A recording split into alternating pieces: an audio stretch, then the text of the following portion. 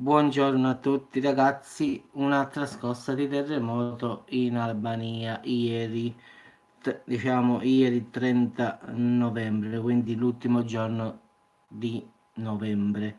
Quindi è stata registrata diciamo a nord di Durazzo e la scossa inizialmente avevano detto 4,5 ma in realtà è stata di 4,2, quindi la terra torna a tremare, tanta paura tra la gente, giustamente, quindi diciamo che ritorna prepotentemente questo terremoto, quindi anche una profondità pochissima di soli 23 km, quindi ha ballato un'altra volta l'Albania e quindi i residenti adesso temono nuove, giustamente, nuove scosse, quindi per la fine, diciamo, i morti sono stati 50 e oltre 800 sono stati i feriti. Diciamo, dopo tutto questo casino che è successo, sono caduti due hotel, due tre case e una villetta a tre piani. Diciamo che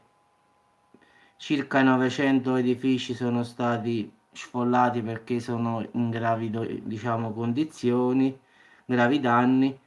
Quindi il primo ministro ha confermato l'interruzione delle ricerche, quindi hanno terminato, quindi il bilancio è questo qui, quindi ci sono 50 persone che sono rimaste vittime, diciamo, in questo sisma.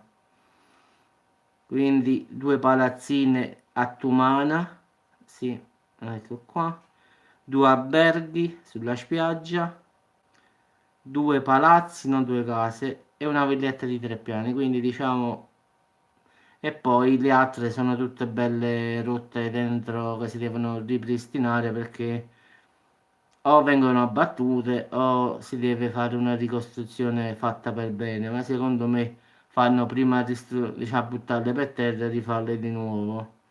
Quindi diciamo che ieri ragazzi un altro terremoto di 4,2, quindi ieri 30 novembre. Quindi diciamo che non la vuole smettere, diciamo, in Albania, dove comunque le scosse ci sono ancora, non sono fortissime, però ogni volta che vado sulle MSC 3, 3.0, 2.8, 2.9, a ieri invece ne ha fatto una di 4,2, anche se inizialmente tutti quanti avevano scritto 4,5, quindi no, è stata di 4,2. Quindi la gente si è spaventata perché, ripeto, era a soli 23 km di profondità. Però fortunatamente, diciamo, non è successo nulla, già di, come si dice, peggio della mezzanotte non poteva venire, però perlomeno ieri non c'è stato nessun ferito o qualche altra cosa così.